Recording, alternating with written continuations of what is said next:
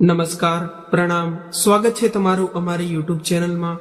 તો મિત્રો, આજની કહાની છે કે જ્યારે વહુ તેની સાસુને વૃદ્ધાશ્રમમાં મૂકવા જઈ રહી હતી ત્યારે તેણે ત્યાં કંઈક એવું જોયું કે તેના હોશ ઉડી ગયા। ત્યાં એવું શું થયું હતું કે તે ચાલો જાણીએ આગળની કહાનીમાં। કવિતાજી સવારે ઉઠીને મંદિર જવાની તૈયારી કરી રહ્યા હતા ત્યારે પુત્રવધૂની આંખ ખુલી અને તેણે તેના પતિ વિપુલને કહ્યું કે વિપુલ, આટલી વહેલી સવારે રૂમનો દરવાજો ન ખોલો। તમારી માં સવારના 5 વાગ્યાથી ખખડાટ કરવા લાગી જાય છે। સવારમાં આ સમયે સરસ ઊંઘ આવે છે અને તમારી માતા બધું જ તે ખરાબ કરી દે છે। તેને પોતાનું તો કાંઈ કામ હોતું નથી, બસ તેઓ તૈયાર થઈ જઈને મંદિરે જવા નીકળી જશે। અહીં હું ઉઠીશ અને આખો દિવસ ઘરના કામમાં વ્યસ્ત થઈ જઈશ। એમને શું છે, એ તો ન કંઈ કરે છે કે ન તો ઘરે બેસે છે, બસ એમણે તો સવારે ઉઠ્યા છે કે મંદિરે ચાલ્યા જવાનું, મંદિરથી આવીને ખાવાનું પીવાનું અને સૂઈ જવાનું। પણ મારી પાસે તો ઘણા કામો હોય છે। ત્યારે વિપુલે કહ્યું, મીનાક્ષી, મને તારા કામનો હિસાબ સમજાતો નથી। ખબર નહીં કે આખો દિવસમાં તું શું કરે અને કેટલું કામ કરે છે। અરે, ઘરમાં નોકરાણી તો છે જે કચરા પોતા, વાસણો અને કપડાં ધોવા માટે આવે છે, છતાં તારી ફરિયાદ ચાલુ રહે છે। મીનાક્ષીએ કહ્યું, હા, ઘરમાં આ એક જ કામ થોડા છે, બીજા ઘણા બધા કામ કરવાના હોય છે। જ્યારે તારી માને ઘરમાં રહેવા મન ન લાગતું હોય તો તું તેને વૃદ્ધાશ્રમમાં કેમ નથી મોકલી આવતો? તે પણ શાંતિથી જીવશે અને હું પણ શાંતિથી જીવીશ। ત્યારે વિપુલ બોલ્યો, શું તું પણ એક વાત લઈને બેસી જાય છે? મારી માં તને સાફ સફાઈ અને શાકભાજી કાપવાનું કામ તો કરી આપે છે ને? મીનાક્ષી બોલી, હવે બસ કર, બહુ થયું આ તારું માં પુરાણ, અને મને સૂઈ જવા દે અને જા જઈને ગેટ બંધ કરી દે। ત્યારે કવિતાજીએ દીકરા અને વહુની બધી વાતો સાંભળી લીધી હતી, પણ તેઓ કંઈ બોલ્યા નહીં અને તેઓ મંદિરે જવા રવાના થઈ ગયા। બીજા દિવસે તેમના ચશ્મા તૂટી ગયા હતા। તે સાંજે શાક સાફ કરતી વખતે તેમણે કહ્યું, વહુ, મારા ચશ્મા તૂટી ગયા છે। ત્યારે મીનાક્ષી બોલી, તમે વિપુલને કહો કે તે તમારા ચશ્મા બનાવી આપશે। ત્યારે વિપુલે કહ્યું, માજી, આ મહિને મારે કામ થોડું ઓછું થયું છે તો આવતા મહિને બનાવી આપીશ। ત્યારે કવિતાજીએ કહ્યું, ઠીક છે વહુ। અને વિપુલ સાંજે ઘરે આવ્યો, પછી બધા જમ્યા અને પછી સૂઈ ગયા। કવિતાજી રાત્રે જાગી ગયા। તેમને તરસ લાગી હતી। તે પાણી લેવા રસોડામાં ગયા અને રસોડામાં અંધારું હોવાને કારણે તેમનો હાથ કાચના ગ્લાસને સ્પર્શ થયો એટલે તે નીચે પડી ગયો, જેનો અવાજ સાંભળીને મીનાક્ષી બહાર આવી અને તેણે તૂટેલા ગ્લાસને જોયો તો તે ગુસ્સાથી બૂમો પાડી અને કહેવા લાગી કે તમારી આંખો છે કે બટન, જોઈ શકતા નથી કે ભગવાનને તમને 2 આંખો આપી છે છતાં તમે જોઈ નથી શકતા, અને આટલો મોંઘો ગ્લાસ તોડી નાખ્યો છે, હવે તેની ભરપાઈ કોણ કરશે? તેનો અવાજ સાંભળીને વિપુલ પણ બહાર આવ્યો। બહાર આવતા જ તેણે કહ્યું, અરે શું થયું? તું આટલી બધી બૂમો કેમ પાડી રહી છે? ત્યારે મીનાક્ષીએ કહ્યું, તારી માએ તો આટલો મોંઘો ગ્લાસ તોડી નાખ્યો છે। તને ખબર છે, મારા પપ્પા તે યુરોપથી લાવ્યા હતા અને તારી માએ તેને તોડી નાખ્યો। એ જોઈને વિપુલે મીનાક્ષીને કહ્યું, આ થોડું જાણી જોઈને કર્યું હશે, કદાચ ભૂલથી તૂટી ગયો હશે, તેના માટે આટલી બધી બૂમો પાડવાની શું જરૂર છે? કોઈ પણ વસ્તુઓ ગમે ત્યારે તૂટી શકે છે ને? આવી નાની નાની વાત પણ શું હોબાળો કરે છે? વિપુલે તેની માતા તરફ જોયું અને કહ્યું, માં, તમે ચશ્મા પહેરવાનું ભૂલી ગયા છો એટલે કદાચ હા, તમારા ચશ્મા તો કાચ તૂટી ગયો હતો। ત્યારે કવિતાજી કંઈ બોલે તે પહેલા મીનાક્ષીએ પોતે જ તે બોલી પડી કે હા, તો શું થયું કે એક તો પોતાની ચીજોનું ધ્યાન રાખી નથી શકતા અને ઉપરથી મારું નુકસાન કરી નાખ્યું। આટલું કહીને તે ગુસ્સામાં તેના રૂમમાં ચાલી ગઈ અને રૂમમાં જઈને વિપુલને એક વાત ફરી કહેવા લાગી કે વિપુલ, મેં તને કેટલી વાર કહ્યું છે કે આ ડોશીને તમે વૃદ્ધાશ્રમમાં મોકલી દો, પણ તું એ વાત સાંભળવાની તસ્દી પણ નથી લેતો. અરે, વૃદ્ધાશ્રમમાં શું માણસો નથી રહેતા? અને ત્યાં તેમની ઉંમરના લોકો પણ જશે એટલે એમનું મન લાગી રહેશે. હું ક્યાં તમારા વિશે વિચારી રહી છું? હું તો ફક્ત તેમના માટે જ કહું છું. પણ તું એક સેજ એવો કે મારી આ વાત સાંભળતો પણ નથી. ત્યારે વિપુલે કહ્યું, મીનાક્ષી, તારા પપ્પાએ આપેલો એક ગ્લાસ તૂટી ગયો, પણ બાકીના બધા તો સલામત છે ને?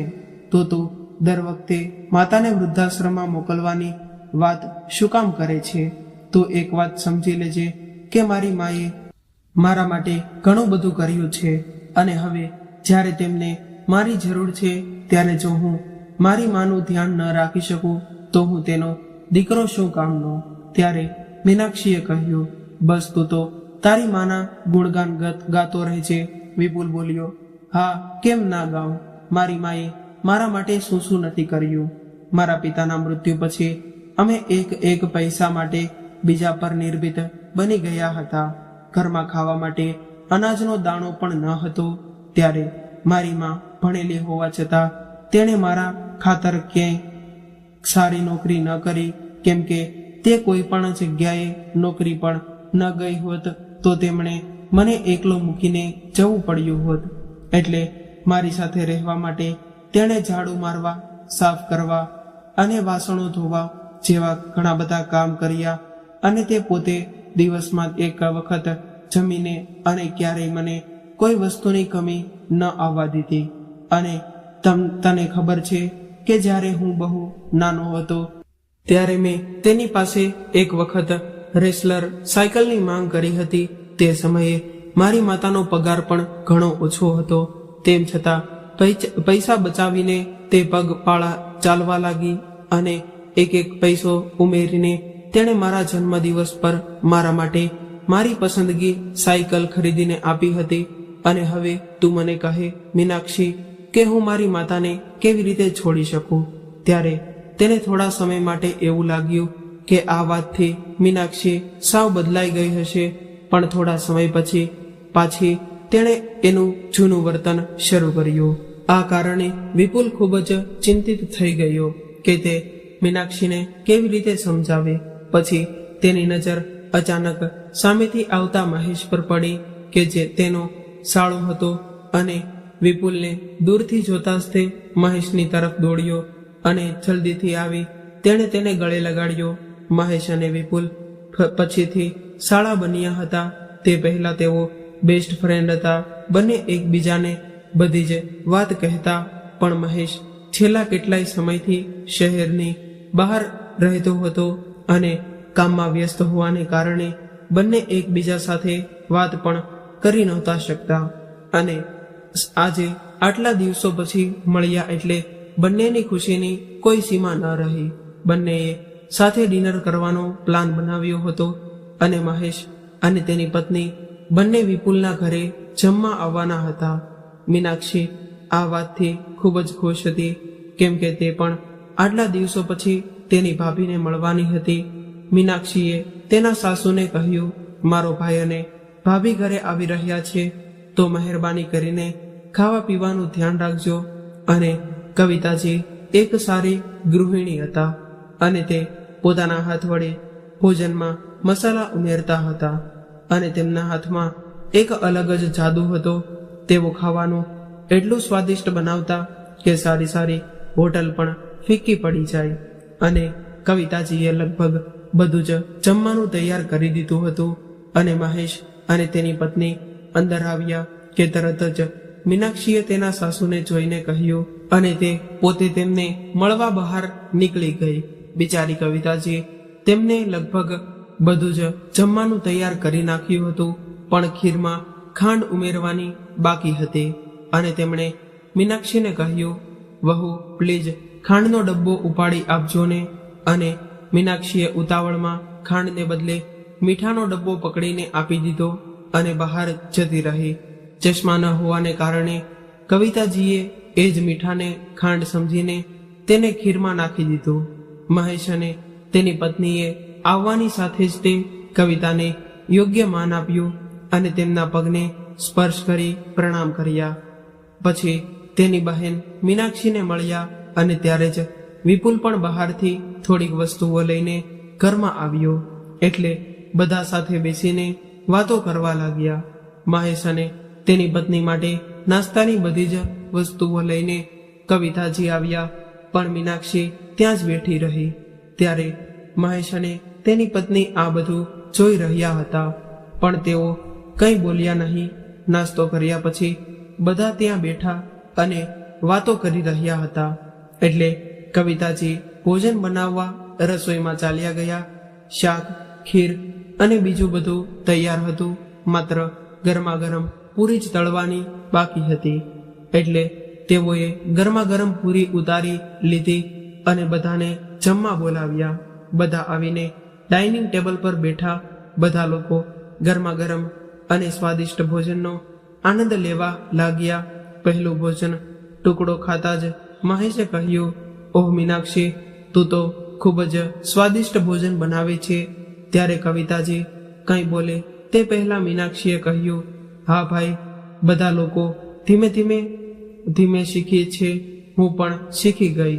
અને કવિતાજી કંઈ બોલ્યા નહીં અને તેઓ જમવાનું બનાવીને બધાને ખવડાવતા રહ્યા. બધાએ જમવામાં ખૂબ જ વખાણ કર્યા અને જ્યારે પછી મીનાક્ષીએ કહ્યું, મમ્મી પ્લીઝ કંઈક મીઠી વસ્તુ લઈને આવો ને. ભાઈ પણ ને ખબર પડવી જોઈએ કે તેની બહેન કેટલું સ્વાદિષ્ટ ભોજન બનાવે છે. પછી કવિતાજી બધા માટે ખીર લઈને આવ્યા અને જેવી બધાએ ખીર ખાવાનું શરૂ કર્યું કે તરત જ બધા વોશરૂમ તરફ દોડ્યા, અથવા તો કોઈએ તો ડસ્ટબિનમાં જ તે ખીર નાખી દીધી. મીનાક્ષી થોડી ગભરાઈ ગઈ, એટલે પછી તેણે જાતે જ તે ખીર ચાખી અને ચાખ્યા પછી તેણે ખૂબ જોરથી બૂમ પાડી, મમ્મીજી, તમે આ શું કર્યું? તમને કોઈ અક્કલ છે કે નહીં? અને તમે ખીરમાં સાકરને બદલે મીઠું નાખ્યું છે. ત્યારે જ તે મહેશે આવીને મીનાક્ષીને કહ્યું, મીનાક્ષી, જમવાનું તો તે બનાવ્યું હતું, તો આંટીને કેવી રીતે મીઠું નાખ્યું હશે? મીનાક્ષી સાવ ચૂપ રહી ગઈ. ત્યારે કવિતાજીએ હાથ જોડીને કહ્યું, દીકરા, મને માફ કરી દે, મારી ભૂલ થઈ છે.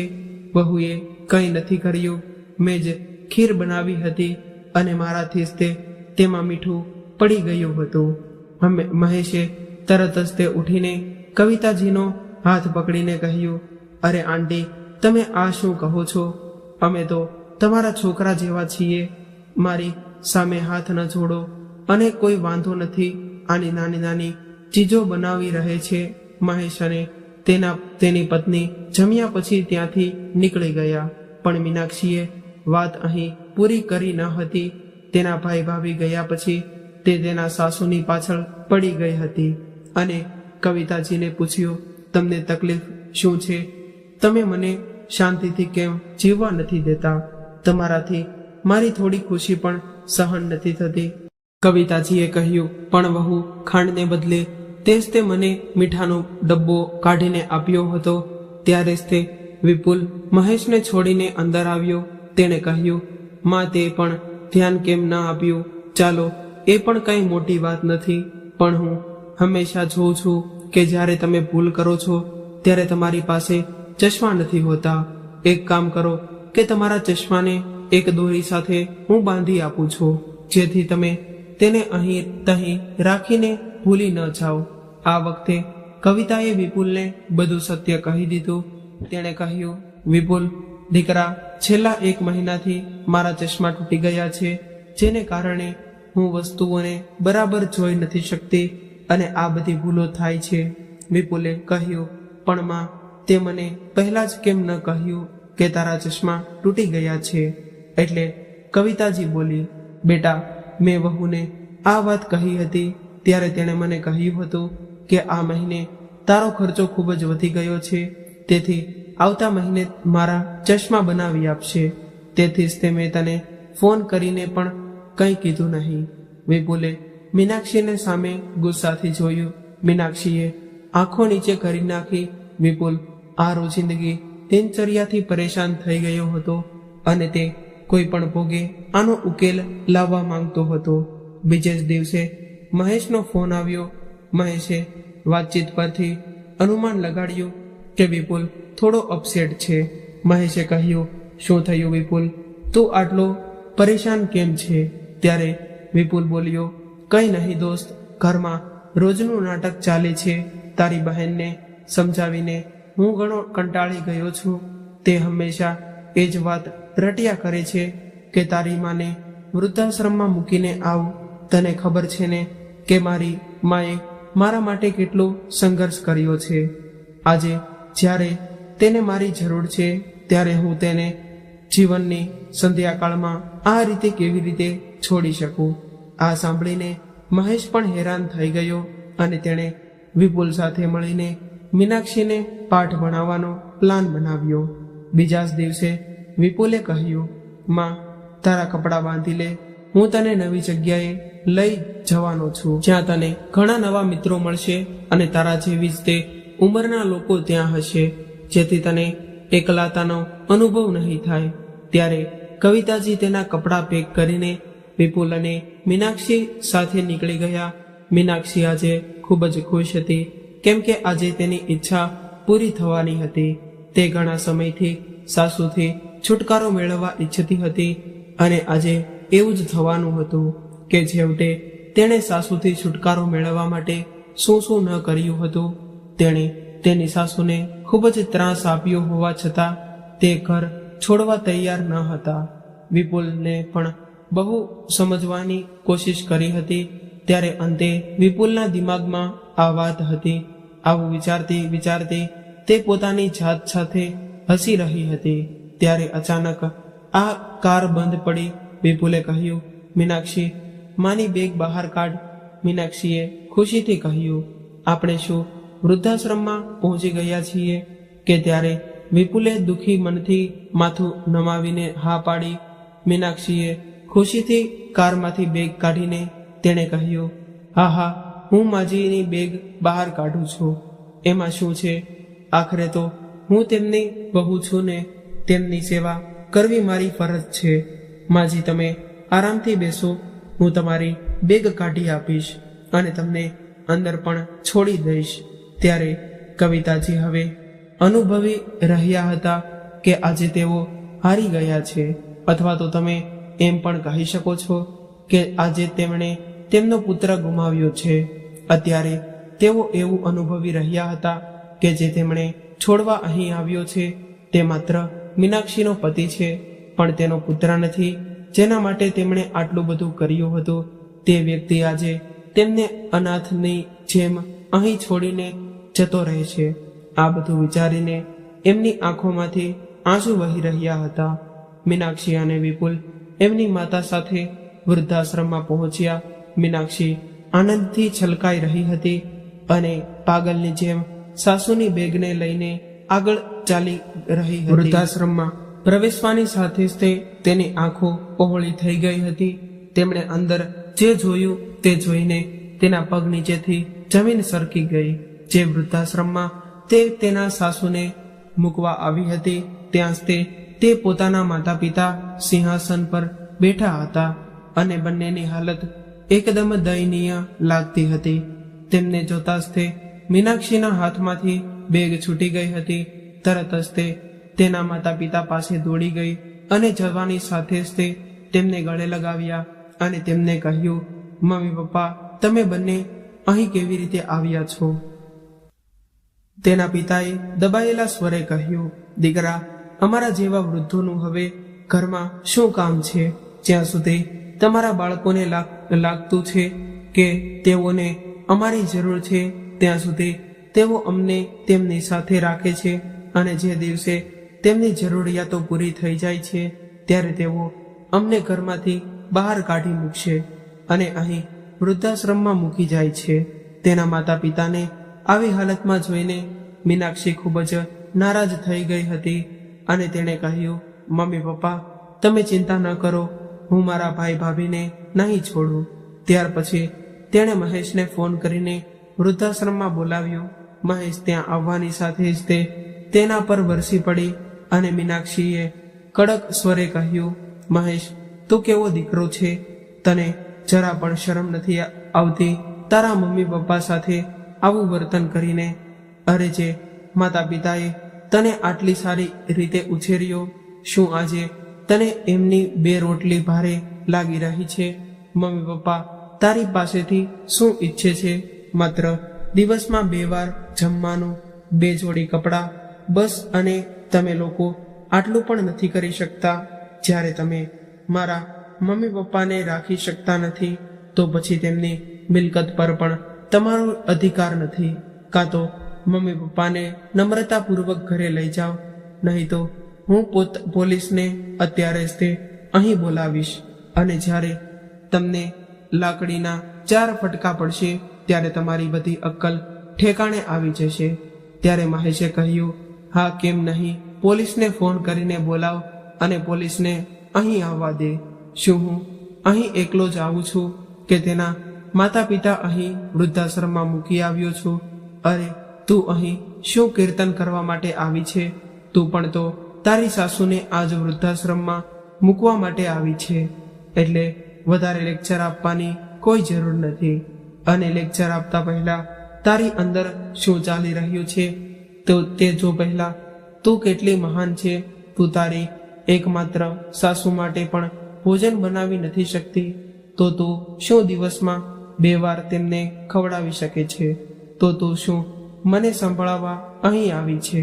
તારી બિચારી સાસુ ઘરનું બધું જ કામ કરે છે, છતાં પણ તું તેને દરેક વસ્તુ માટે તડપાવે છે અને અહીં આવીને મને જ્ઞાન આપે છે. અને હવે બોલાવ પોલીસને. તું ફોન કરે છે કે કરું હું કરું? આ બધું જોઈને મીનાક્ષી સાવ ચૂપ થઈ ગઈ. હવે તેને પોતાની ભૂલનો અહેસાસ થઈ રહ્યો હતો. મહેશે કહ્યું, હું તારા માતા પિતાને અહીં ક્યારેય નહીં છોડું અને હું તેમને મારી સાથે લઈ જઈશ. પણ શું તું તારી સાસુને તારી સાથે પાછા ઘરે લઈ જઈશ? બોલ હવે, કેમ નથી બોલતી? બંધ કેમ થઈ ગઈ? અને હવે ક્યારે મને ફરી લેક્ચર ન આપતી? સમજીને આટલું કહીને મહેશ તેમના માતા પિતાને ઘરે લઈ જવા લાગ્યો. એટલામાં પાછળથી મીનાક્ષીનો અવાજ આવ્યો, હા, હું મારી સાસુને મારી સાથે ઘરે લઈ જઈશ અને આજ પછી હું ક્યારેય તેમને આવી જગ્યાએ મૂકવાનું વિચારીશ પણ નહીં. મીનાક્ષીએ બેગ ઉપાડી અને કવિતાજીને કહ્યું, માજી, મેં ઘણી બધી મૂર્ખતા કરી છે, જેના માટે મને માફ કરી દો. આજે મને સમજાયું છે કે માતા પિતાને કેવું લાગતું હશે જ્યારે તેમના પોતાના બાળકો તેમને અનાથની જેમ અહીં મૂકી જાય છે. આટલું કહીને મીનાક્ષીની આંખોમાંથી આંસુ વહેવા લાગ્યા. એણે રડતા રડતા કહ્યું, કદાચ આ મારા કર્મોનું જ પરિણામ છે કે મારા માતા પિતાને મારા ભાઈ ભાભીએ અહીં છોડી દીધા છે. ત્યારે મહેશે કહ્યું, જ્યારે તું તારી સાસુને અહીંથી લઈ જવા તૈયાર થઈ તો બહુ સારું છે, પણ હું મારા મમ્મી પપ્પાને અહીંથી નહીં લઈ જાઉં.